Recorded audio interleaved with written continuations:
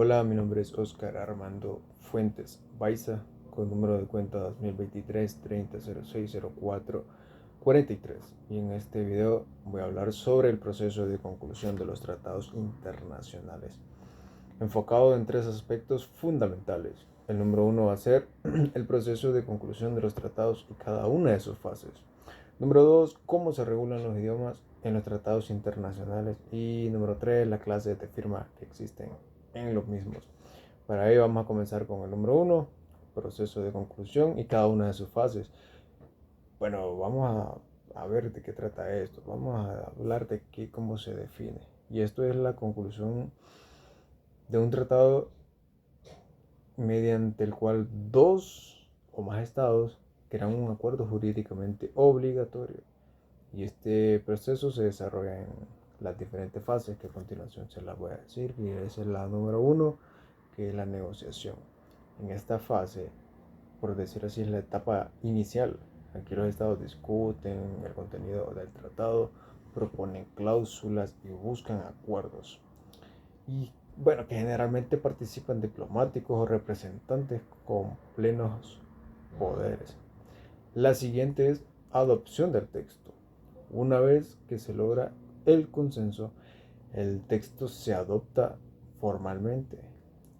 En conferencias internacionales suele requerirse una mayor o una mayoría de 2/3, salvo que se acuerde otra regla. Entonces, la tercera fase viene siendo lo que es la autenticación del texto. En esta fase se confirma que el texto es definitivo y auténtico, y que normalmente se hace mediante la firma o rúbrica de los representantes. La número 4 es la manifestación del consentimiento. Y esta es la fase más importante porque aquí el Estado expresa que acepta obligarse jurídicamente. ¿Y esto cómo se va a obligar jurídicamente? Bueno, mediante firmas, mediante la ratificación, mediante la aceptación, aprobación y adhesión. Un ejemplo de esto, claro, es que muchos tratados multilaterales importantes, como la Carta de las Naciones Unidas, que es la más conocida, requieren ratificación después de la firma. La número 5 es entrada en vigor. El tratado comienza a producirse, ¿verdad?, efectos jurídicos en la fecha establecida en el propio texto o cuando se cumple un número de requerido de ratificaciones.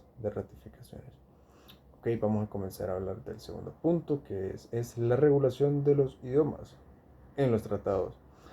¿Cómo se regulan, verdad?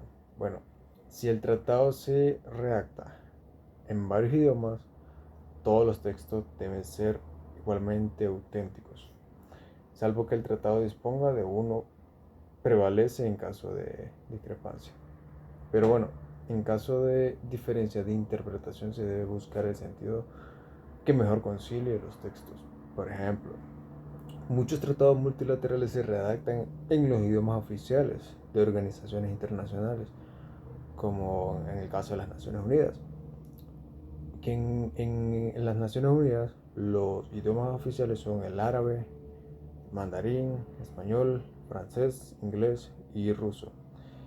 Y esto garantiza igualdad entre los estados y evita privilegios lingüísticos. Entonces, para cada uno de ellos le dan una orientación, le dan una, una mejor redacción, ¿verdad?, en cada idioma, para que cada uno de los representantes pueda tener en su propio idioma, en su propia lengua, lo que se habló, lo que se acordó. Entonces vamos a hablar de las clases de firma, ya para finalizar. Y la primera es una firma simple.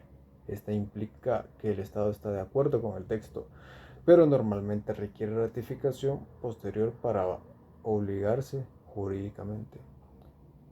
Una segunda firma viene siendo la de referéndum. A de referéndum. Se realiza cuando el representante firma positivamente, pero queda sujeta a su confirmación posterior por parte del Estado. Y la número 3 es rúbrica. Consiste en colocar las iniciales en cada página del tratado. Sirve para autenticar el texto, pero no implica consentimiento definitivo. En algunos casos la firma por sí sola puede expresar el consentimiento definitivo si el tratado así lo establece. Esto ha sido mi participación. Gracias.